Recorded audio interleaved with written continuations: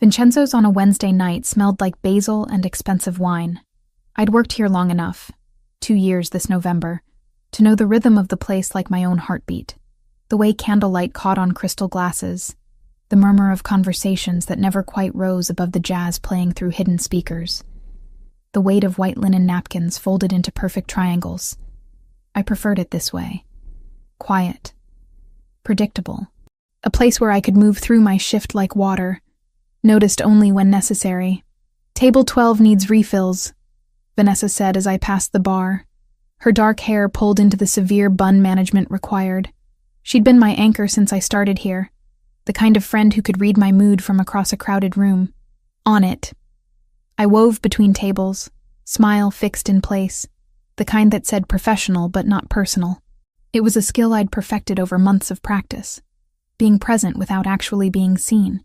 The couple at table 12 barely glanced up as I poured water into their glasses, too absorbed in whatever anniversary or business deal had brought them to Chicago's South Side on a weeknight. My phone buzzed in my apron pocket. I didn't need to check it to know who it was. Tyler had called 47 times in the past week. 47. I'd counted because after the 30th, the number stopped feeling real and started feeling like evidence. Weeks blurred into a rhythm neither of them expected, the city turning pages for them while they learned how to breathe in the same sentence. 3 months since I'd ended it. 3 months of freedom that felt less like liberation and more like waiting for the other shoe to drop. "You okay?" Vanessa caught me on my next pass. Those sharp brown eyes missing nothing. "Fine." "That's the 3rd time you've checked your phone in an hour." Tyler found out where I work. Her expression hardened. "He came here?" "Not yet. But he's calling the restaurant line now. Left 6 messages with the hostess yesterday. Liv, you need to get a restraining order." I busied myself organizing menus that didn't need organizing. It's not that simple. It literally is that simple. You go to the police, you tell them your ex-boyfriend won't leave you alone. He hasn't actually done anything. Not technically. The words tasted like defeat. He just calls, shows up places. It's not illegal to exist in the same city. Vanessa opened her mouth to argue, then closed it as a customer approached the bar. We'd have this conversation again. We always did. And every time, I'd find new reasons why going to the police felt like escalation, like poking a sleeping animal and hoping it didn't wake up angry. Tyler and I had been together for 2 years. In the beginning, it felt like drowning in attention. Flowers sent to work, surprise visits, texts checking in throughout the day. I'd mistaken intensity for devotion.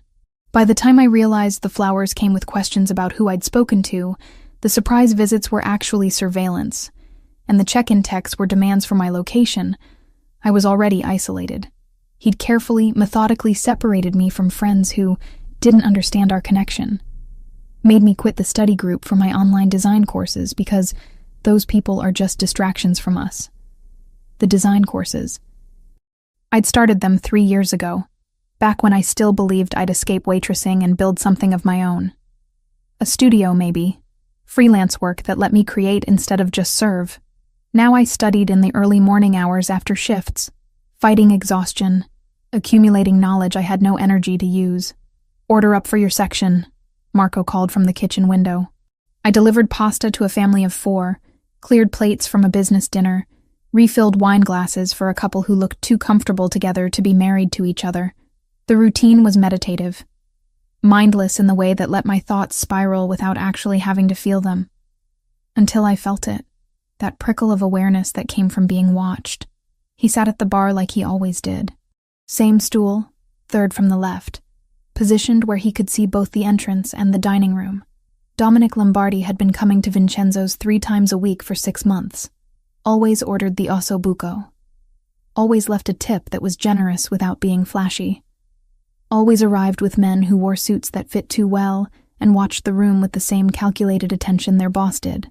I'd noticed him the first week back in April. Hard not to. He was the kind of handsome that made you look twice. Dark wavy hair that curled slightly at his collar, olive skin, a jawline sharp enough to cut. But it was his eyes that caught me. Deep brown, almost black in the low light, and always observing. He observed me. Not in the way men usually did, with that sliding assessment that made my skin crawl. This was different. Focused. Like he was cataloging information, storing it away for later use. I'd seen him do it with other staff too, tracking patterns, noting details. The owner greeted him by name, gave him the best table even when the bar was what he wanted, never rushed him no matter how long he lingered. I suspected what he was, what he had to be with that kind of deference, that caliber of companion. But suspecting and knowing were different countries, and I had no intention of crossing that border. Olivia. His voice carried across the dining room, low and accented in a way I couldn't place. Italian, probably, given the restaurant's clientele and his name. I approached the bar, order pad ready, even though he never ordered anything beyond his usual. Mr. Lombardi. Can I get you anything else? The check, please. Of course. I'll have Vanessa. From you. Not aggressive. Not demanding. Just stated as fact. Vanessa stood 3 feet away, closer to the register, already reaching for the bill folder. She met my eyes, one eyebrow raised in a silent question I couldn't answer. Of course, I repeated, moving behind the bar to print his receipt. His credit card was black, heavy, the kind with no spending limit. I processed the payment with hands that wanted to shake but didn't, hyper-aware of him sitting there, watching me work. You study design, he said. My fingers froze on the keyboard. What? Graphic design. You take online courses through Northwestern. Blood rushed in my ears. How did you... You mentioned it to another server, 3 weeks ago. You were discussing a project on typography. I had. Brief conversation with Maria during a slow Tuesday, complaining about an assignment that required hand lettering when digital tools existed for a reason, but that he'd heard it, remembered it, filed it away. I didn't mean to make you uncomfortable. He stood, sliding a 20 onto the bar, though the tip was already included on his receipt. Just noticing you work very hard, here and elsewhere. Then he was gone, moving toward the exit with that measured grace I'd watched a dozen times. His companions materialized from corners I hadn't seen them occupy, falling into formation around him like practiced choreography. Vanessa appeared at my elbow. What was that? I have no idea. Dominic Lombardi just complimented your work ethic and knew about your classes.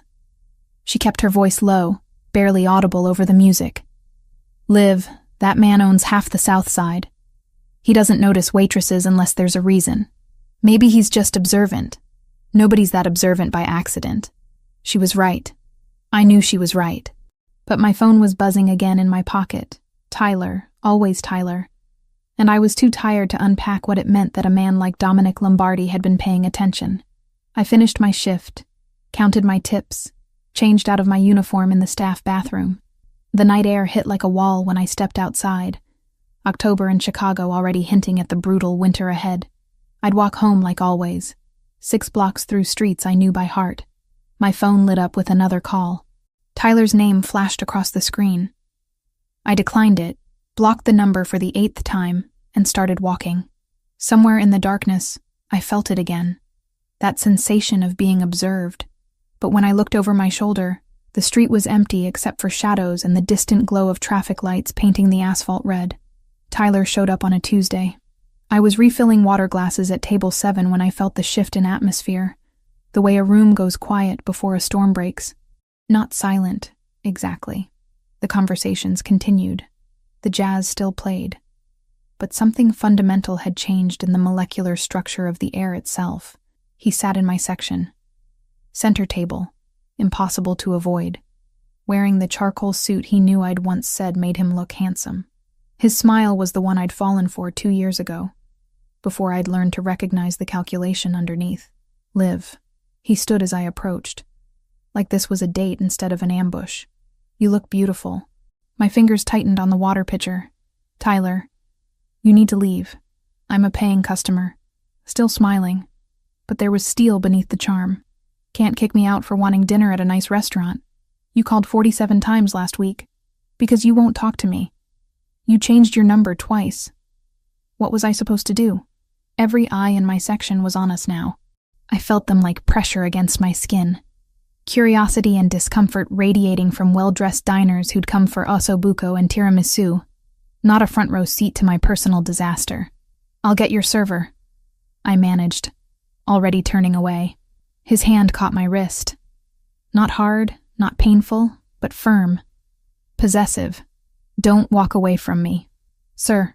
Our manager, Robert, appeared with the practiced smoothness of someone who'd diffused situations before. "I'm going to have to ask you to leave." "I haven't even ordered yet."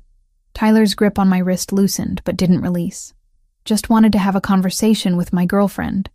"Ex-girlfriend," I corrected, pulling free. "See, that's the problem. You decided we were done without actually talking it through. Healthy relationships require communication, Liv. We can't fix things if you won't even—" "The lady asked you to leave." A new voice, low and accented, cut through Tyler's monologue like a blade through silk. Dominic Lombardi stood 3 tables away, having risen from the bar with the kind of deliberate calm that made my pulse spike for reasons I couldn't name. He didn't move closer. Didn't need to. His presence alone shifted the balance of power in the room. Tyler's eyes narrowed. "This doesn't concern you. You're disrupting my dinner." Dominic's tone remained conversational, almost pleasant. "That concerns me." For a long moment, they stared at each other. Tyler with his salesman bravado and expensive suit. Dominic with the kind of authority that came from never having to raise his voice to be heard. Then Tyler's gaze slid to me, to Robert, back to Dominic. "Fine." He threw his napkin onto the table with theatrical disgust. "This is ridiculous. I'll call you later, Liv. We're not done talking." "Yes, we are." He left. But the threat lingered like smoke after a fire. I stood there, water pitcher still in hand, aware of Dominic settling back onto his bar stool, aware of the other diners pretending they weren't staring, aware that my hands were shaking, and I couldn't make them stop. "You okay?" Vanessa materialized at my elbow, guiding me toward the bar with gentle pressure. "Fine." "You're not fine. You're pale as a ghost." She took the pitcher from me, set it aside. "That was Tyler?" I nodded, not trusting my voice. "Olivia." Robert joined us, his managerial concern warring with the practical reality of running a restaurant. "I'm documenting this. If he comes back, we'll call the police." "He won't come back." But I didn't believe it even as I said it. The rest of the shift blurred. I moved through tables on autopilot, delivering plates and pouring wine and smiling until my face hurt. Dominic remained at the bar, his presence a constant weight in my peripheral vision. When I caught his eye once, he gave the slightest nod, acknowledgement or reassurance I couldn't tell. The days that followed proved me right. Tyler didn't return to Vincenzo's, but his calls multiplied. Unknown numbers lit up my phone at all hours. Text messages arrived from burner accounts. Apologies mixed with accusations. Promises twisted with threats that never quite crossed into illegal territory. He showed up outside my apartment building. Not inside, not technically violating any boundary I could report, just standing across the street, watching my windows. When I took a different route to work, he found the new one. When I varied my schedule, he adjusted his. "You need to go to the police," Vanessa said for the 3rd time that week. We were closing up Vincenzo's, the dining room empty except for us, and the lingering smell of garlic and wine. "And tell them what? That my ex-boyfriend exists in public spaces? That he's stalking you. He hasn't made any actual threats. He just wants to talk." I heard how hollow that sounded. "It'll escalate things. Make him angrier." Vanessa leaned against the bar, studying me with the particular intensity she reserved for when I was being stupid, and she was deciding how bluntly to say so. "When you two were together, did he ever—" "He never hit me." I knew where she was going. "Never even came close." "That's not what I was asking." "No." But the truth was complicated. Tyler had never been physically violent, but he'd been other things. Controlling. Jealous. In the beginning, it felt like devotion. The way he always wanted to know where I was, who I was with. The flowers he sent to my shifts at Vincenzo's came with notes asking why I hadn't texted him back within 5 minutes. The surprise visits to check on me were really checkups to see if I was where I'd said I'd be. By the end, I'd stopped seeing friends because it was easier than dealing with his interrogations afterward. Stopped going to study sessions for my design courses because he'd accused the other students of flirting with me. Nearly stopped working entirely because he'd gotten promoted.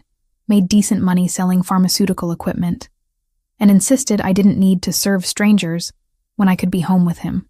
The night I ended it, he'd gone through my phone while I was in the shower. Found a text from a male classmate about a group project. The argument that followed lasted 4 hours, circling and circling until I couldn't remember what I'd done wrong, but knew it must be something. Must be my fault for making him feel this way. I'd looked at him across our apartment. His apartment, really, since I'd moved in with him a year prior, and realized I couldn't breathe, couldn't think, couldn't remember what I wanted beyond the constant work of managing his emotions. So I left. Moved in with a friend from work, then found my own studio 6 blocks from Vincenzo's. Changed my number, blocked him on every platform, thought that would be the end. He's not going to stop, Vanessa said quietly, pulling me from the memory. Men like that don't just accept losing control. Thursday arrived with the particular cold that October in Chicago specialized in. Not winter yet, but close. The wind off the lake cutting through clothing like a promise of worse to come. The forecast called for storms. By the time my shift started, heavy clouds pressed against the city like a lid on a pot ready to boil over. I moved through my tables with practiced efficiency, hyper-aware of every man who walked through the door, every silhouette that passed the windows. Dominic arrived at 8, same as always. He took his usual seat at the bar, ordered his usual ossobuco, acknowledged me with the smallest inclination of his head. His companions tonight numbered 3, more than typical. They positioned themselves throughout the restaurant with the kind of casual precision that suggested nothing about their placement was casual at all. "He's been here more often," Vanessa murmured as she poured a whiskey neat. 4 times this week instead of the usual 3. Maybe he likes the food. Or maybe he's keeping an eye on things. She slid the glass across the bar toward where one of Dominic's men sat. "Anthony Greco. He's Lombardi's captain. Word is he doesn't leave the boss's side unless there's a reason." I didn't ask how she knew that. Vanessa had worked at Vincenzo's for 5 years, long enough to recognize the patterns of power that moved through a place like this. The first drops of rain hit the windows around 9:30. By 10, it was a downpour, the kind that turned streets into rivers and made umbrellas useless. I was delivering tiramisu to a couple celebrating an anniversary when the door opened, letting in a gust of wind and water. Tyler stood in the entrance, soaked through, hair plastered to his skull, chest heaving like he'd run the whole way. His eyes found mine across the restaurant, and I saw it. The moment calculation gave way to something rawer, more desperate. This was going to get worse before it got better. Tyler didn't wait for an invitation. He moved through the dining room like he owned it, water dripping from his jacket onto pristine hardwood, leaving a trail that marked his path like breadcrumbs in a nightmare. Conversations faltered as he passed. The couple celebrating their anniversary stopped mid-toast. A businessman paused with his fork halfway to his mouth. "Liv," my name came out rough, desperate. "We need to talk, now." I set the tiramisu down on the nearest table with hands that had gone numb. "Tyler, you can't be here. Robert already told you." "I don't care what Robert said." His voice climbed, drawing more eyes. "You've been avoiding me for 3 months. 3 months of silence, of pretending I don't exist. That's not how you end a 2-year relationship. I told you why I left." My voice came out smaller than I wanted, throat tight with the particular humiliation of having this conversation in front of an audience. "We talked about it. Multiple times." "No. You talked. You made accusations. You decided I was controlling when I was just trying to protect us." He stepped closer, and I stepped back, bumping into a chair. "You left because you listened to your friends instead of me. That bartender, what's her name? Vanessa? She never liked me. She got in your head." "Sir," Robert appeared again, but his authority felt thin now, stretched across a situation that was already spiraling beyond managerial intervention. "I'm calling the police. Go ahead." Tyler barely glanced at him. "I haven't done anything illegal. I'm having a conversation with someone I care about." His eyes found mine again, and there was something wild in them now. Something that made my stomach drop.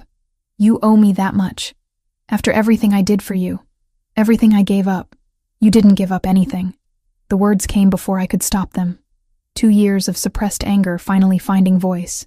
"You isolated me. Monitored my phone. Made me quit seeing friends because you decided they were bad influences. That's not love, Tyler. That's control. His face flushed red. I protected you. From people who didn't understand what we had. From men who looked at you like— He gestured vaguely around the restaurant. Like these people look at you. Like you're just something to consume. That's my job. I'm a waitress.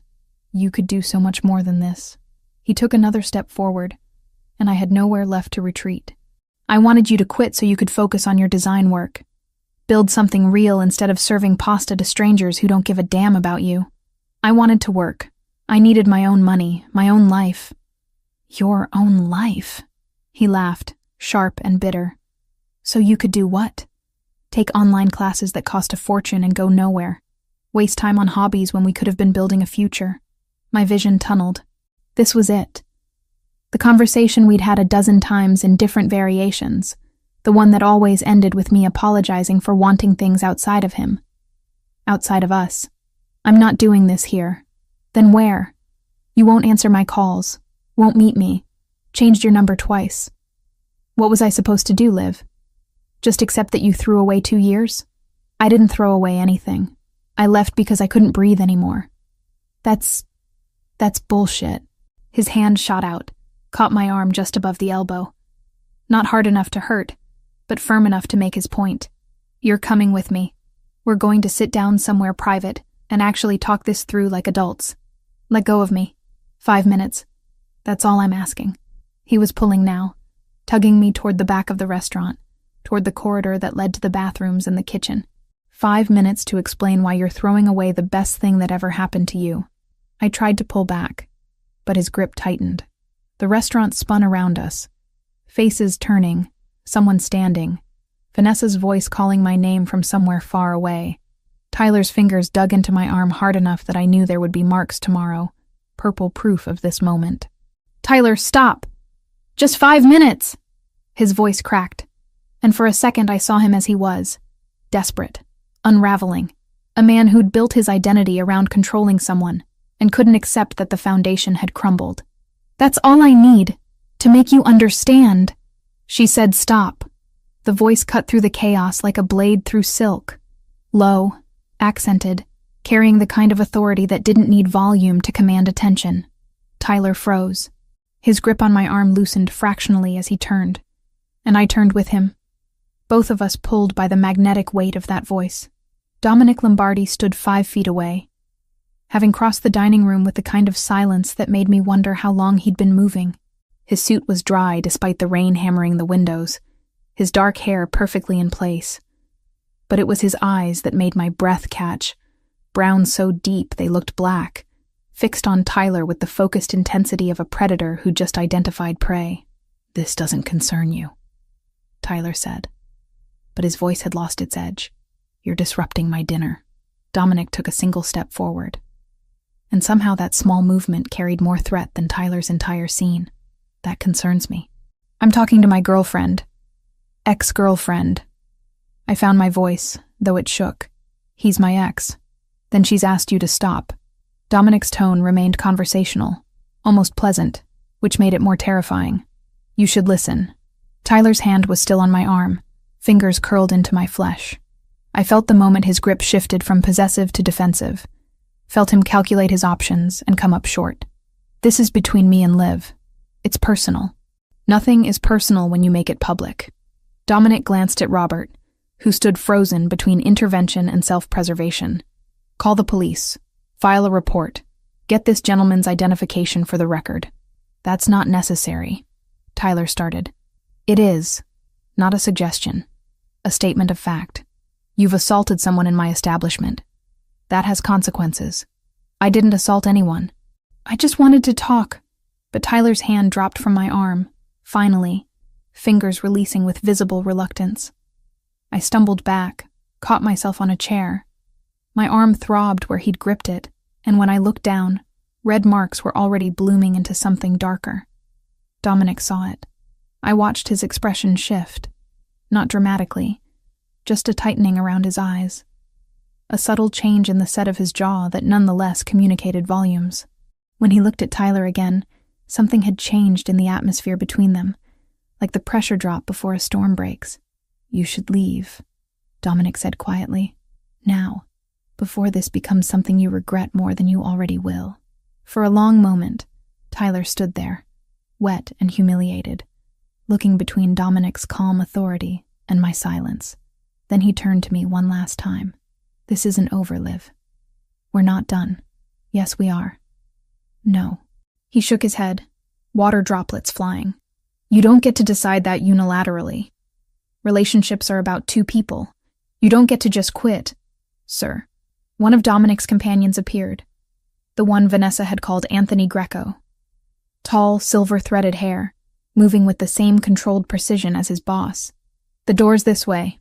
Another man materialized on Tyler's other side, not touching him, not threatening overtly, just present in a way that made the choice clear. Leave willingly or be removed.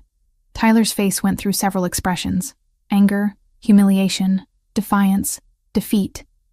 Finally, he settled on injured dignity. "Fine, I'll go. But this conversation isn't finished. You can't avoid me forever." He left, flanked by Dominic's men, dripping water and wounded pride in equal measure. The door closed behind them, and the restaurant exhaled collectively, conversations resuming in hushed tones.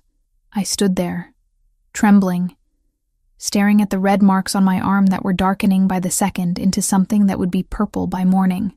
My throat felt tight, my chest constricted, like I couldn't quite remember how to breathe normally. "Olivia," Dominic's voice, gentler now. "Let me see." I looked up to find him standing close. Not crowding, not threatening, just present in a way that felt solid and grounding. He gestured to my arm, and I extended it without thinking. Watched his fingers hover over the marks without touching. "That will bruise." Not a question. An observation. "I'll be fine." "No." He lifted his gaze to mine, and I saw something there that made my pulse spike for reasons that had nothing to do with fear. "You won't be. Not until he understands there are consequences. It's worth everything." The intensity in his voice stopped my protest. "No one touches you like that. Not in my restaurant, not in my territory, not while I'm breathing." The weight of those words settled over me like a blanket, suffocating and comforting simultaneously. He wasn't asking my permission, wasn't negotiating, simply stating how things would be in his world, where his word was law and violations came with prices. I should have been frightened, should have been calculating escape routes and polite ways to decline protection I hadn't asked for. Instead, I felt something loosen in my chest, some tension I'd been carrying for 3 months finally releasing. "Thank you," I whispered. He nodded once, then turned to Robert. "She's done for the night. Pay her full shift, and get those police here to document this. I want a paper trail." Then he was moving back to the bar, his companions falling into position, the restaurant returning to its careful illusion of normalcy. Only Vanessa remained, pulling me into a hug that smelled like citrus and safety. "Holy shit," she breathed against my hair. "Dominic Lombardi just defended you like you were his own." "I know. Do you? Because that man doesn't involve himself in staff drama. Ever. He just made you his business, Liv. That's not nothing." I knew. God help me, I knew. And the most terrifying part was how much I wanted it to mean something. The police arrived 20 minutes later, 2 officers who looked tired and skeptical in equal measure. I sat at a corner table with Vanessa beside me, giving my statement while one officer took notes, and the other photographed the marks on my arm. Purple now, vivid against my pale skin, each finger impression distinct. "How long has this been going on?" Officer Ramirez asked, pen poised over her notepad. 3 months since I ended the relationship. But the calls started immediately. Then he found out where I work. Prior incidents of violence? No, not physical. I wrapped my arms around myself, suddenly cold despite the restaurant's warmth. He was controlling, jealous. But he never hit me. Emotional abuse? The way she said it, not a question, recognition, made my throat tight. I guess. Yes. She exchanged a glance with her partner. "You need a restraining order. What happened tonight constitutes assault. The marks on your arm, the witnesses." She gestured around the restaurant where several diners had provided statements. You have a strong case. Will it actually stop him? It creates legal consequences if he violates it. Not a yes, not a promise, just reality wrapped in bureaucratic language. We'll file the report tonight. You can petition for a temporary order tomorrow morning. I'll include my recommendation. They left with their paperwork and photographs, and I sat there feeling hollowed out, scraped clean of whatever reserves had gotten me through the confrontation. The restaurant had mostly emptied, just a few lingering tables, and Vanessa closing out the register, and Dominic, still at the bar, nursing what looked like the same whiskey he'd ordered an hour ago. You should go home, Vanessa said gently. I'll finish up here. I can help. Liv. She squeezed my hand. Go. You've had enough for one night. I changed in the bathroom, trading my uniform for jeans and a burgundy sweater that had seen better days. My reflection looked washed out. Eyes too wide, purple marks visible even through the concealer I'd hastily applied. I looked like a victim, which I supposed I was, even if I hated the word. When I emerged, Dominic was waiting near the door, jacket on, car keys in hand. I'll take you home, he said. Not a question, not a demand. Just a statement of how things would be. You don't have to. It's raining. You live 6 blocks away. You just filed a police report against a man who knows your routine. His eyes met mine, dark and steady. Humor me.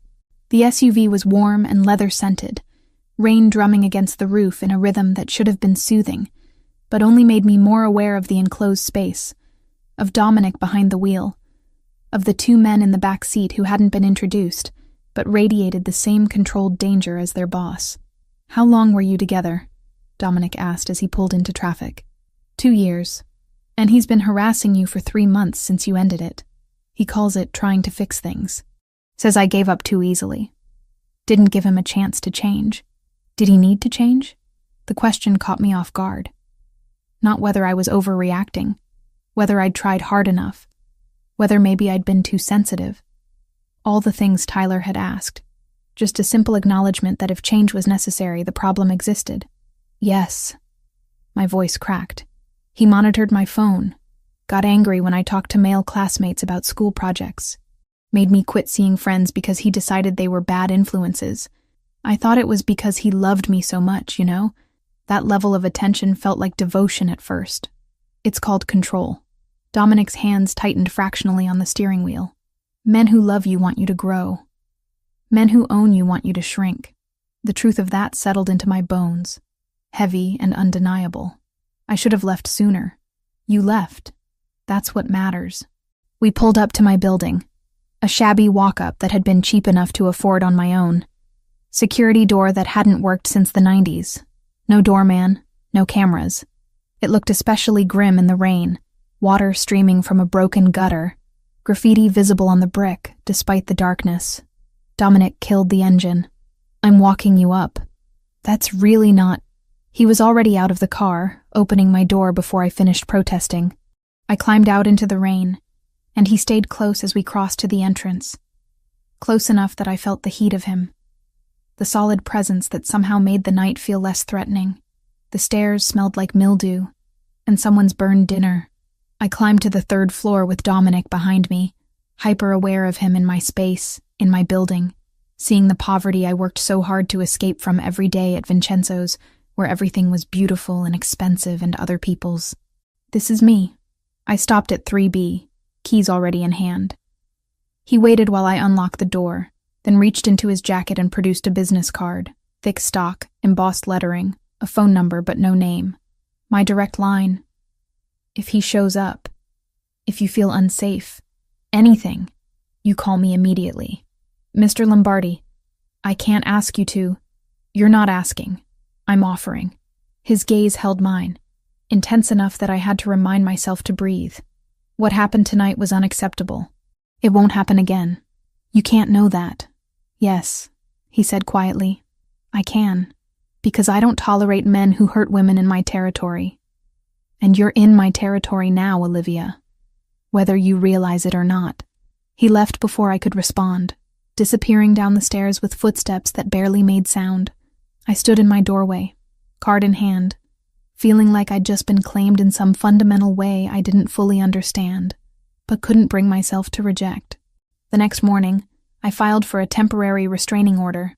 The clerk was efficient, the judge perfunctory, and by noon I had a piece of paper that said Tyler Morrison had to stay 100 yards away from me at all times. It felt simultaneously powerful and worthless, a legal shield that was only as strong as Tyler's willingness to obey it. He violated it that same night. I was walking home from a late shift, stupid I knew, but Vanessa had been sick and I'd covered for her when I saw him. Across the street from my building, just standing there in the glow of a streetlight like he had every right to occupy that space. Liv. He started toward me the moment I appeared, and panic spiked through my chest so hard I couldn't breathe. The card. Dominic's card was in my pocket. I fumbled for my phone with shaking hands, nearly dropped it, managed to pull up the number and hit call. It rang once, twice, then his voice, sleep rough and alert simultaneously. Olivia, he's here. Outside my building. He's not supposed to be here, there's a restraining order, but he's... Stay where you are. Don't approach him. Don't engage. I'm sending someone. Dominic. 15 minutes. Can you stay safe for 15 minutes? Tyler was crossing the street now, moving with that determined stride I remembered too well. I don't know. Go into the bodega on the corner. Stay around people. I'll be there soon. I ran, literally ran the half block to the corner store, stumbled inside, while the owner looked up from his magazine with startled concern. Tyler followed, stopping at the door but not entering, just standing there watching me through the glass like a predator waiting for the herd to scatter. 11 minutes. That's how long it took for the black SUV to arrive, sleek and menacing, double parking with the kind of confidence that said traffic laws were suggestions. Anthony Greco stepped out, silver hair gleaming under streetlights, moving with lethal grace, and approached Tyler with purpose. I couldn't hear the conversation through the glass, but I saw Tyler's face go from defiant to pale, saw him take a step back, then another. Anthony pulled something from his jacket. Not a weapon, a phone, and handed it to Tyler. Tyler listened to whatever was said through that phone, and the color drained from his face entirely. He left, just turned and walked away like he'd been released from strings, disappearing into the night. Anthony retrieved his phone, glanced toward where I stood in the bodega, gave the slightest nod, then returned to the SUV and drove away. My phone buzzed. Text from Dominic's number. You're safe. He won't be back tonight, but he came back. Not that night, but the next week, and the week after. Always careful to stay just beyond the legal distance. Always watching. Always there. And every time, like clockwork, someone from Dominic's crew would appear. No confrontation, no violence, just presence. A reminder that I wasn't unprotected, that someone was watching back. I started noticing them at other times, too. The car that always seemed to be parked near my building. The man reading a newspaper at the coffee shop I frequented. The same faces in different locations. Never intrusive, never acknowledged, but always there. It should have felt suffocating. Should have triggered all the same alarm bells Tyler's monitoring had. Instead, I felt something I hadn't experienced in months. Safe. Because the crucial difference was choice. Dominic had offered protection, and I'd accepted it. He wasn't demanding access to my phone or questioning my whereabouts. He was simply ensuring Tyler couldn't hurt me again. This is insane, Vanessa said 2 weeks after the restaurant incident. We were having coffee before our shift, and she'd spotted yet another of Dominic's men positioned across the street. You have a Mafia Bosses crew following you around Chicago, like you're under witness protection. I know, and you're okay with this. I thought about Tyler's face outside my building, about the 47 calls, about the 2 years I'd spent shrinking myself into something he could control, about how Dominic's protection felt less like a cage and more like breathing room. Yeah, I said finally. I think I am. Dominic returned to Vincenzo's a week after Tyler's removal from my life, or attempted removal, since Tyler's presence lingered like smoke in fabric, impossible to fully wash away. But this time, when Dominic arrived, he didn't take his usual seat at the bar. He chose a table in my section.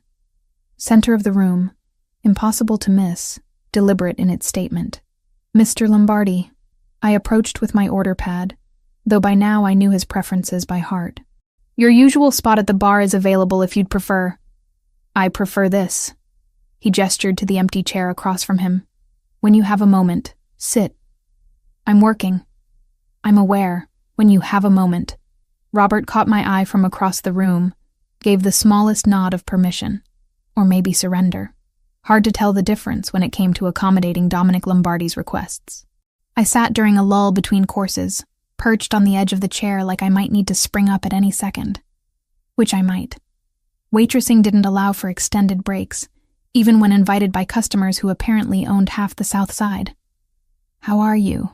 He asked, and the directness of it, no preamble, no small talk, caught me off guard. Fine. Tired. Working. Tyler hasn't contacted you again? He tried. 4 times yesterday from different numbers. I didn't answer. I folded my hands in my lap to keep them from fidgeting. Your people keep showing up when he does. I appreciate it, but I can't keep accepting indefinitely. I can't afford private security, and I don't want to owe... You don't owe me anything. His voice was firm, but not harsh. And there's no payment expected. No debt accrued. I don't tolerate men who hurt women. It's that simple. Nothing about this is simple. No, he agreed. But my position on it is. He put his hands on you and my establishment. That made it personal. What happens after is just... consequence. The way he said consequence made it sound inevitable, like gravity or sunrise. Not a choice, but a fundamental law of his universe. Table 9 needs their appetizers, Vanessa called from the kitchen window, saving me from having to respond. I stood, but Dominic caught my wrist, gently. Nothing like Tyler's grip. Just enough pressure to make me pause. When does your shift end? 11. I'll be here. He was. And the night after. And the one after that. Always choosing tables in my section. Always timing his arrival to catch the later hours when the restaurant grew quieter. When conversations could stretch between delivering plates and refilling wine glasses. We talked about nothing and everything. His frustration with a supplier who kept shorting deliveries. My exhaustion from juggling shifts and online coursework. The way Chicago winters felt colder every year.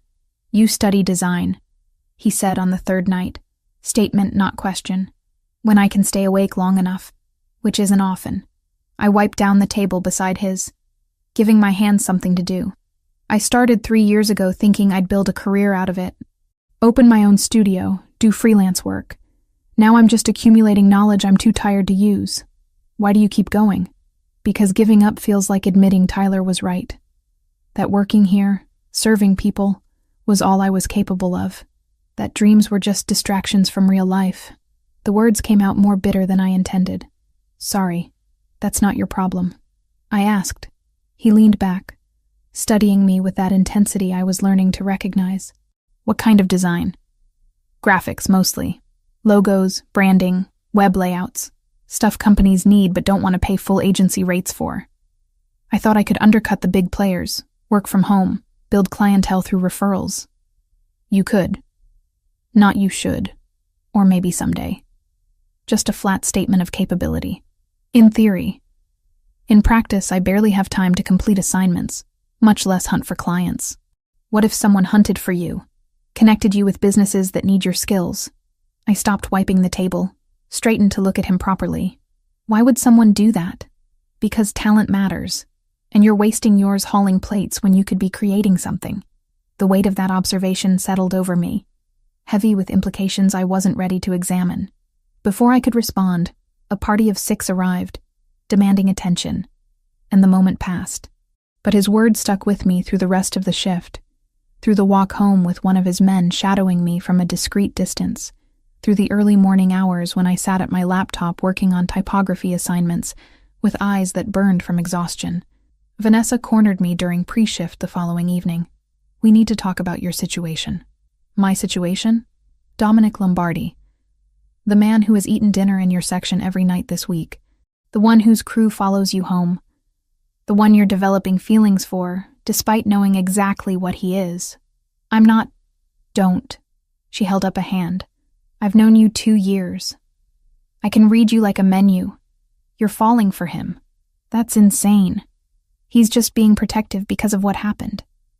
It doesn't mean anything beyond live. Men like Dominic don't do anything that doesn't mean something. Every action is calculated. Every choice has purpose. If he's spending this much time with you, it's because he wants to. And that's dangerous. Why? Because he's involved in crime? Because people respect him out of fear? I heard the defensiveness in my voice. Hated it. Couldn't stop it. He's treated me better in 2 weeks than Tyler did in 2 years. That's a low bar. Maybe. But it's my bar. My choice. I pulled on my apron. Tied it with more force than necessary. I'm not some damsel who needs rescuing from myself. I know what I'm doing. Do you? Because from where I'm standing, you're replacing one intense relationship with another. Tyler suffocated you. Dominic is different. The word came out hard, final. He gives me space, respects boundaries, doesn't demand access to my phone or question my whereabouts. Yes, he's protective, but protection and possession aren't the same thing. Vanessa sighed, the fight draining from her expression. I just don't want you hurt. Again. I know, but I'm not made of glass. And I'm not blind to what this is. Except I was, maybe, blind to how deep it was going, how fast, blind to the way my heart jumped when Dominic walked through the door each night, blind to how I'd started timing my breaks to coincide with his arrival, how I'd catch myself smoothing my hair before approaching his table. 2 weeks after the initial incident at Vincenzo's, everything changed. I woke to pounding on my apartment door at 2 a.m. He hammered the frame until it shivered.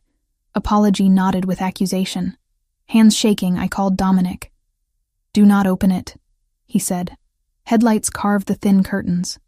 The pounding stopped. Footsteps retreated down the hall. When she finally slept, it was with the paper-thin courage of knowing morning came with a courtroom. The courthouse smelled like institutional anxiety and bad coffee. I sat on a bench outside the courtroom, hands folded in my lap to keep them from shaking, watching lawyers and defendants and people with problems bigger than mine file past in an endless parade of Chicago's justice system at work. You ready? Dominic appeared beside me, settling onto the bench with the kind of ease that suggested courthouses were just another Tuesday for him. He wore a different suit today, charcoal instead of black, no tie, the top button of his white shirt undone. Still the gold chain, always the gold chain, gleaming against olive skin. As ready as I'll ever be for legal proceedings against my ex-boyfriend. The judge will ask questions. Answer honestly. Don't downplay what happened. His eyes found mine. Held them. Men like Tyler count on women minimizing their behavior. Don't give him that. The hearing lasted 40 minutes. Tyler sat across the courtroom with a lawyer he'd somehow afforded, looking wounded and bewildered, like he couldn't comprehend how loving someone had led to this. I gave my testimony. The calls, the messages, the restaurant incident, the 2 a.m. assault on my door. Tyler's lawyer tried to paint me as vindictive, as someone weaponizing the legal system against a man who just wanted closure. Then Dominic took the stand. He described what he'd witnessed at Vincenzo's with clinical precision. Tyler's grip on my arm, the marks it left, my visible fear, the way Tyler had escalated from request to demand to physical force in under 3 minutes. When Tyler's lawyer tried to suggest Dominic had ulterior motives for his testimony, Dominic simply said, I don't tolerate men who put their hands on women. That's not an ulterior motive. That's a moral baseline. The judge granted a 2-year order.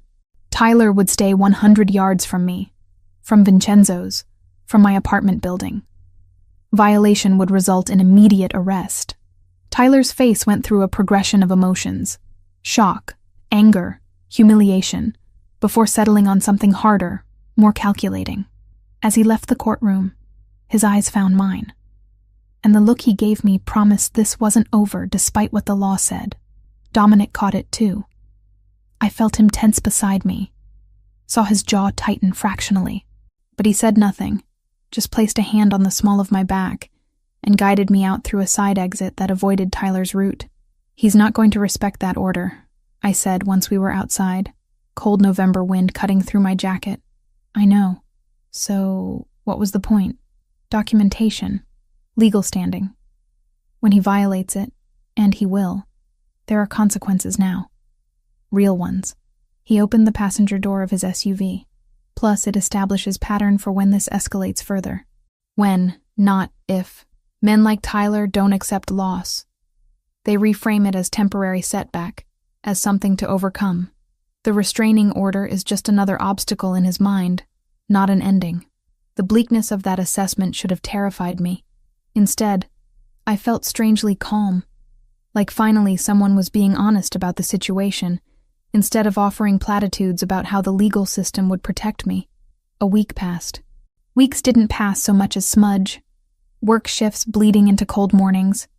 Her phone finally quiet. Safety arriving in layers thin as tissue. By the time the city exhaled, she had stopped flinching at shadows and started noticing the light again. Then another. Weeks didn't pass so much as smudge. Work shifts bleeding into cold mornings. Her phone finally quiet. Safety arriving in layers thin as tissue. By the time the city exhaled, she had stopped flinching at shadows and started noticing the light again. Tyler didn't call, didn't appear outside my building, didn't materialize at Vincenzo's during my shifts. The silence felt more ominous than his constant presence, like waiting for thunder after seeing lightning. He's planning something, I told Vanessa during a quiet Wednesday afternoon. This isn't like him. Giving up. Maybe Dominic's protection actually worked. Maybe Tyler finally got the message. Or maybe he's just being smarter about it. Dominic called that evening while I was finishing a typography assignment that was due in 2 days, and I'd barely started. You free tomorrow night? I work until 9. After. I want to take you to dinner. Somewhere that isn't Vincenzo's. My fingers froze on the keyboard. Like a date? Like a conversation. About things we should probably discuss before this goes further. Before what goes further? Silence stretched between us, loaded with everything we'd been circling around for weeks. Finally, you know what, Olivia? Don't pretend you don't. He picked me up at 9:30 in the SUV that had become familiar, drove us to a restaurant in a neighborhood I didn't recognize.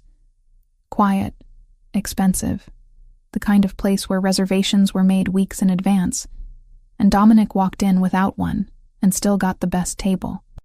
We sat in a corner booth with red leather and low lighting, and for the first time since I'd met him, I felt like I was seeing Dominic outside the context of crisis management. "Tell me about your family," he said after we'd ordered. "Not much to tell. Only child. Parents divorced when I was 12. Dad remarried, moved to Arizona. Mom died 3 years ago. Cancer. The familiar ache of that loss never quite faded. She was a teacher. Elementary school. She would have hated what happened with Tyler. Would have told me to run the first time he checked my phone. Why didn't you? Because I didn't realize I needed to. It happened so gradually. The checking became routine. The jealousy became proof he cared. By the time I understood what it was, I'd already normalized it. I took a sip of wine, let it burn down my throat. What about your family? Father died when I was 22. Heart attack in his office. Mother passed when I was 8. Domestic violence situation that ended badly. His expression didn't change, but I felt the weight of that history between us. She stayed with a man who hit her because leaving felt more dangerous than staying. Until the day staying became fatal. Dominic. That's why I react the way I do to situations like yours. Because I watched my mother shrink herself trying to manage a man who couldn't be managed. And I've spent my adult life ensuring that doesn't happen to women in my territory. The admission hung between us, heavy with implications. This wasn't just protection. This was personal. This was a man working out childhood trauma through present action. And I was somehow caught in that machinery. "I need you to understand what I am," he said quietly. "What my business involves. I'm not going to lie to you or pretend I'm something I'm not. You're an organized crime. I run operations that exist outside legal framework. I make decisions that have consequences. People work for me who do things that would appall you if you knew the details." His eyes never left mine. "I'm not asking you to approve, just to understand that this is my world, and being close to me means existing adjacent to it. And if I can't handle that, then you walk away now. before this becomes something neither of us can extricate from easily. I should have walked. Should have thanked him for his honesty and his protection and his intervention, then extracted myself from a situation that could only end badly. Instead, I reached across the table, placed my hand over his. I'm not walking away. Part of her wanted to run. Another part recognized she'd already crossed that line the night he stood between her and a man who wouldn't hear the word no. Fear was honest. So was the steadiness he offered. Both could be true at once. Olivia, I know what you are. I'm not naive, but you've treated me with more respect in a month than Tyler did in 2 years. You've protected me without controlling me. You've seen me at my worst and haven't tried to fix me, just supported me. That's worth something. He turned his hand over, laced his fingers through mine. This won't be simple. I don't want simple. I want honest. The relationship that developed over the following weeks was exactly that. Honest in its complexity, cautious in its progression. Dominic took me to dinner twice more at places where we could talk without interruption. We walked along the lake despite the November cold, his hand in mine, discussing everything and nothing. He asked about my design work, looked at my portfolio with genuine interest, offered connections to business owners who might need branding services. I'm not a charity case, I said when he mentioned the third potential client. I'm not treating you like one. I'm leveraging resources. You have skills people need. I know people who need those skills. That's called networking, not rescue. He was patient in ways that felt deliberate, like he'd made a conscious choice to let me set the pace. When we kissed goodnight after our second real date, he pulled back first, gave me the choice to deepen it or stop. When I invited him up to my apartment for coffee that actually meant coffee, he came but left before midnight, respecting boundaries I'd barely articulated. You're different with her, I heard Anthony tell him one night at Vincenzo's when I was closing out my register. They didn't know I could hear them from the bar. Softer. More human. She makes me want to be, Dominic replied.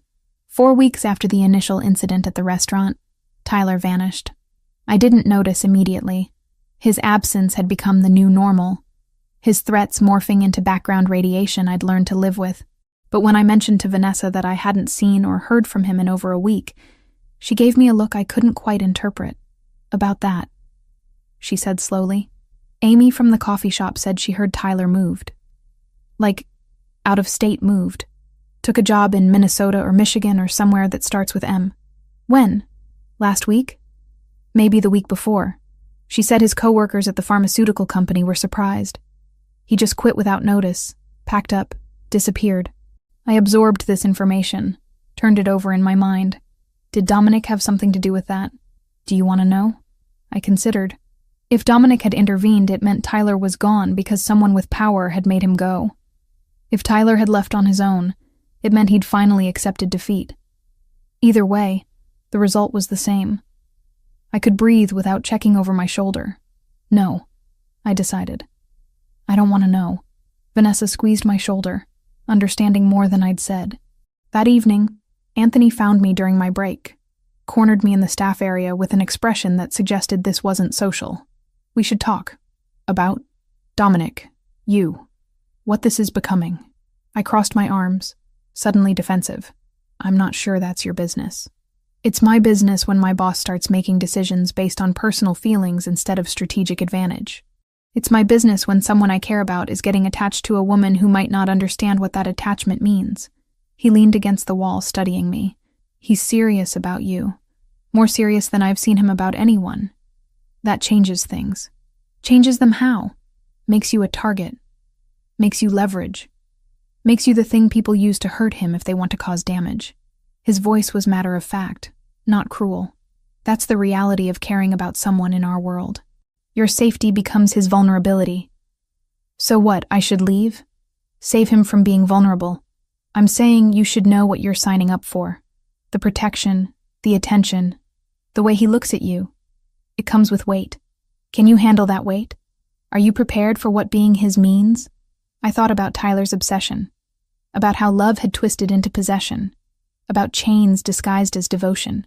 Then I thought about Dominic asking permission before kissing me, about the space he gave me to choose, about protection that came with autonomy instead of control. I don't know, I admitted, but I know I want to try. Anthony nodded once, seemingly satisfied. Then hold on tight. It's going to get complicated. He was right. It already was complicated. But standing there in the staff room of an Italian restaurant, thinking about a man who'd stepped into my chaos and offered steadiness instead of more storms, I realized complicated was exactly what I wanted. Weeks blurred into a rhythm neither of them expected, the city turning pages for them while they learned how to breathe in the same sentence. 2 months after that first honest conversation over dinner, I woke in Dominic's bed, with December sunlight streaming through floor-to-ceiling windows that overlooked a city I was learning to see differently. His property wasn't what I'd expected. Not ostentatious, not dripping with wealth like some mobster stereotype. Just clean lines, expensive taste, and windows that let in so much light it felt like living inside a photograph. "You're staring," Dominic said without opening his eyes, one arm draped across my waist, pulling me closer against the warmth of him. "Just thinking. About? How different this is from what I imagined my life would look like at 25. He opened his eyes then, those dark brown irises catching the morning light. Better or worse? Complicated. I traced the tattoo on his shoulder. A raven in flight, wings spread wide. But not worse. We'd fallen into a rhythm over the past weeks that felt both natural and impossible. I spent 3 nights a week here, 4 at my apartment, maintaining the independence I'd fought so hard to reclaim. Dominic never pushed for more, never questioned my need for space. Instead, he'd helped me carve out room to breathe in ways I hadn't known I needed, like my design work. 2 weeks ago, he'd connected me with a small business owner who needed a logo rebrand, then another who wanted website graphics, then a third. Suddenly I had a portfolio of paid work, not just class assignments, and the dream of freelancing felt less like fantasy and more like foundation. "I talked to Robert yesterday," I said, sitting up against the headboard. Asked about reducing my shifts at Vincenzo's. Dominic propped himself up on one elbow, attention fully focused. What did he say? That he'd been expecting it.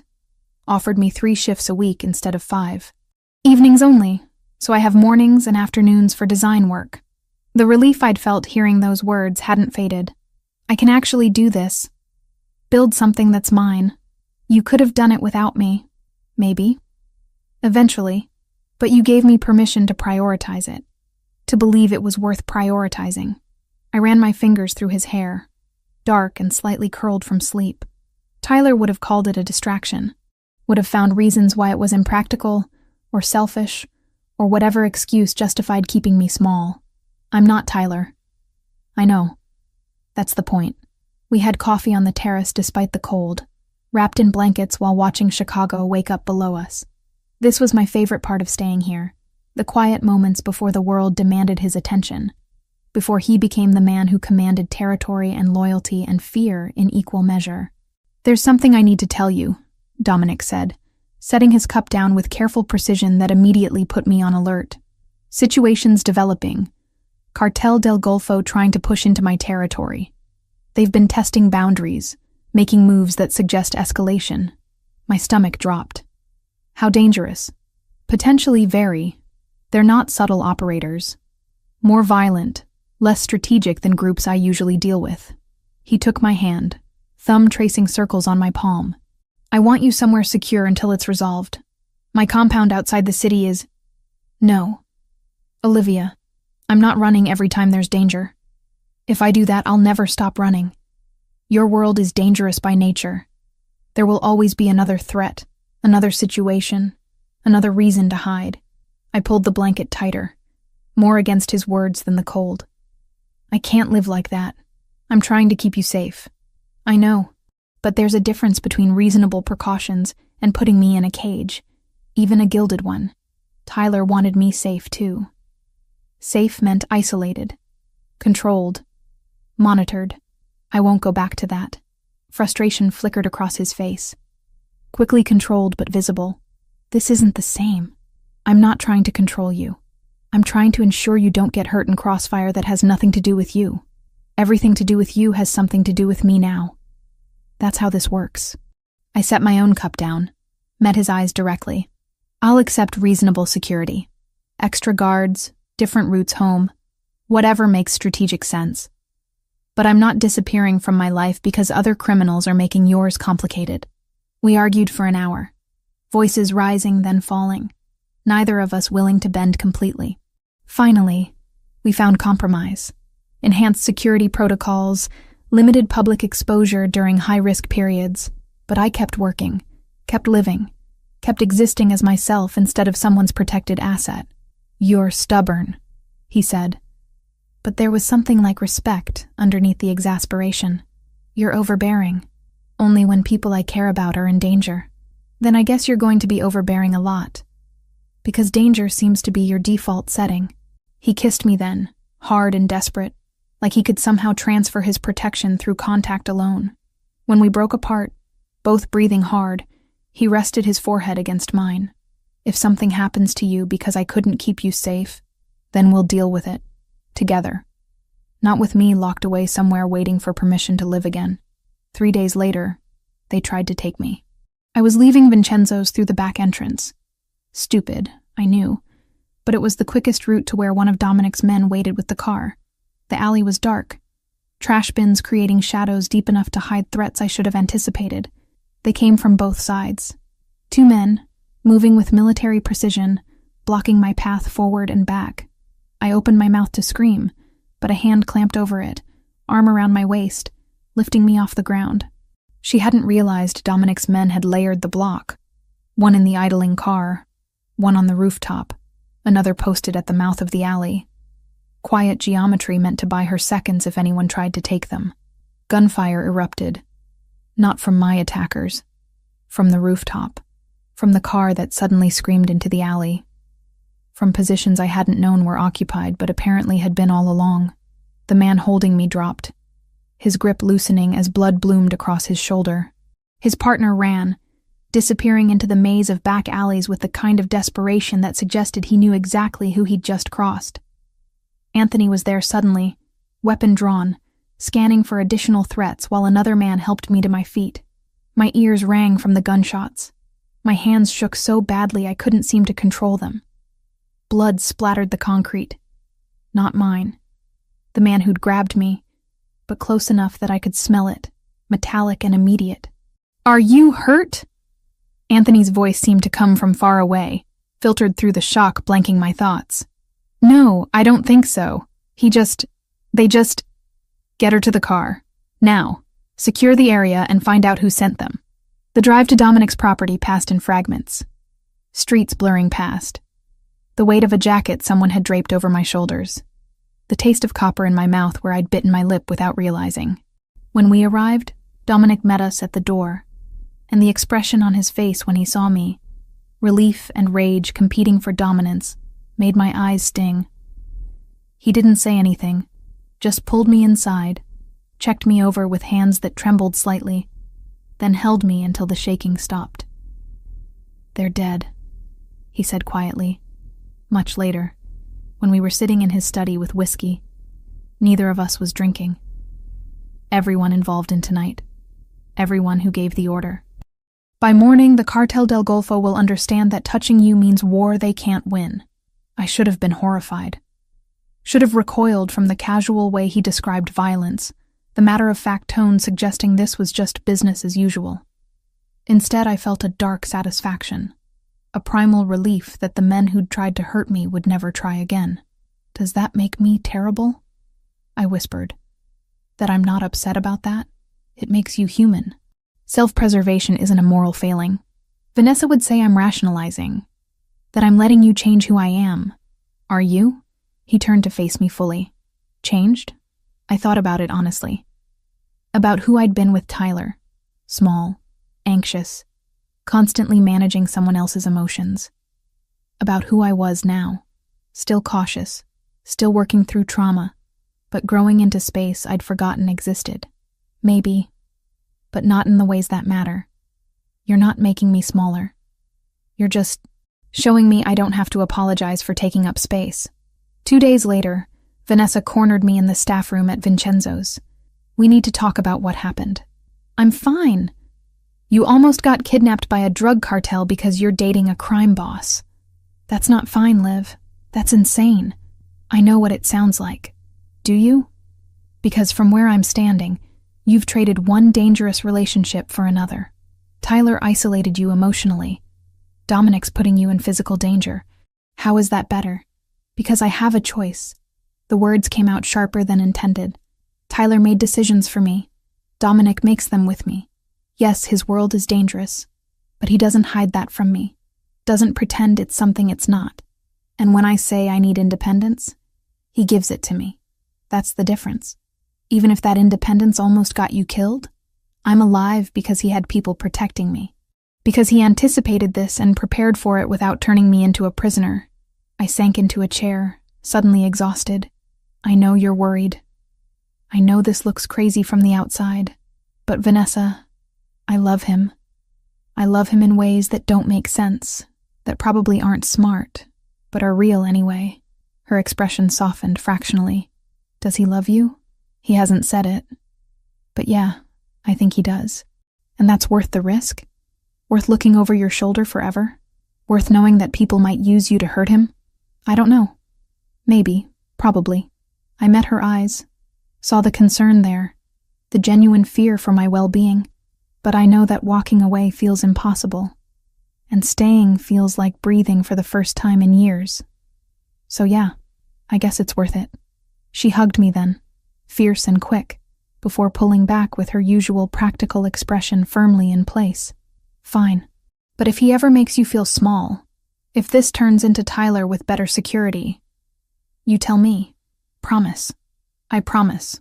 That night, lying in Dominic's bed with his arm around me, and the city lights painting patterns on the ceiling, I realized something fundamental had shifted. This wasn't infatuation or gratitude masquerading as feeling. This was the real thing. Messy, complicated, probably inadvisable, but undeniably mine. And whatever came next, whatever dangers his world brought to my door, I was choosing to face them. Not because I had no other options, but because this man, this life, this impossible situation felt more like home than anything I'd known in years. That had to mean something. It had to be worth something. I chose to believe it was worth everything. Weeks blurred into a rhythm neither of them expected. The city turning pages for them while they learned how to breathe in the same sentence. 3 months. That's how long it took for the world to shift from chaos into something resembling stability. Though stability in Dominic's world meant something different than it did for most people.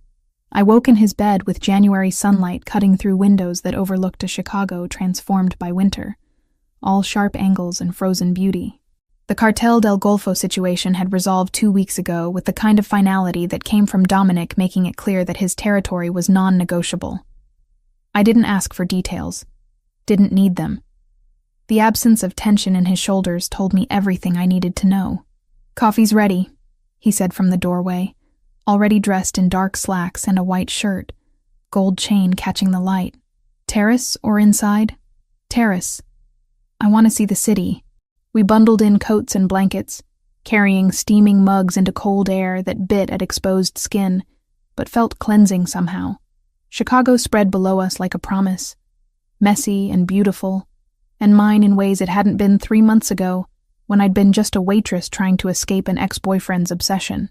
"Tyler tried to come back," Dominic said casually, like he was commenting on the weather instead of dropping information that should have sent panic through my system. "When?" "Last week. Made it to the state border before my people intercepted him." Reminded him of our previous conversation about boundaries and consequences. He sipped his coffee, gaze distant. He won't try again. I should have felt guilt. Should have worried about what reminded him actually meant in Dominic's vocabulary. Instead, I felt nothing but relief so profound it made my eyes sting. Good. No moral crisis? No questioning whether I went too far? You protected me. That's all I need to know. He pulled me against him, and we stood there watching the city wake up. 2 people who'd built something improbable on a foundation of violence and choice. "I never expected this," he said quietly. "Never thought I'd want to build something beyond the business. Beyond territory and power and all the things I inherited from my father. What changed? You walked into my life wearing a waitress uniform and covering bruises you thought no one would notice. And I realized that protecting territory meant nothing if I couldn't protect the people who actually mattered. His arm tightened around my waist. You made me want to be more than what I was supposed to be. I turned in his arms, looked up at the face I'd memorized over these months. The vertical scar on his chin, the dark eyes that saw too much, the jawline that could have been carved from stone. I learned something too, the difference between being controlled and being protected, between someone who fears losing you and someone who fears you being hurt. Tyler's love made me smaller. Yours lets me grow. That's not love. That's respect. Can it be both? He kissed me then, soft and deliberate, a promise wrapped in contact. When we broke apart, the city looked different somehow. Brighter, more forgiving, like it had been holding its breath and could finally exhale. My phone buzzed with a text from my newest client, asking about mock-ups I'd promised for Friday.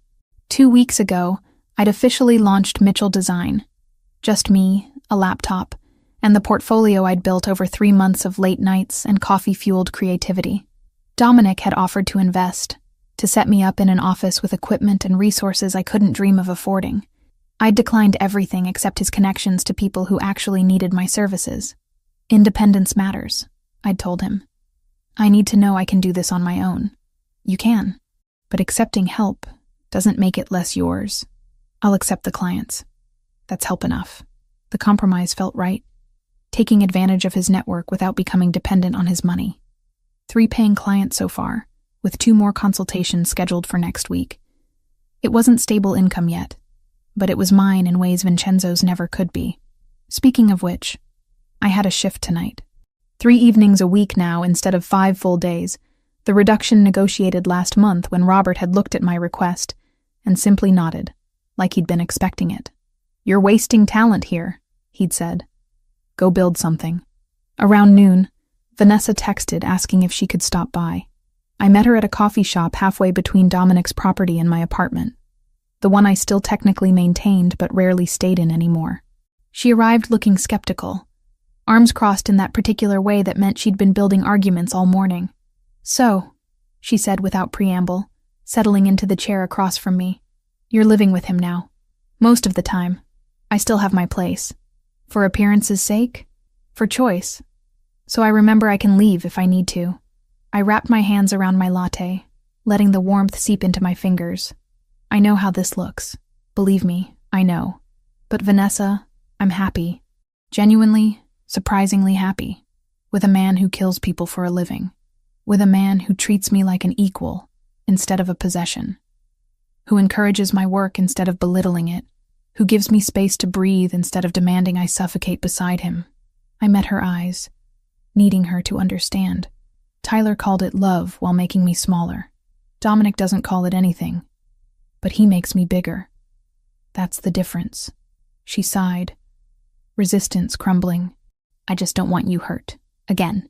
I know. But I'm not some damsel who stumbled into this blind. I made a choice with open eyes. Maybe it's the wrong one. Maybe it'll end badly. But right now, in this moment, it's exactly where I want to be. Then I'm happy for you. She reached across the table, squeezed my hand. But if he ever treats you the way Tyler did, you call me immediately. No excuses, no rationalizations.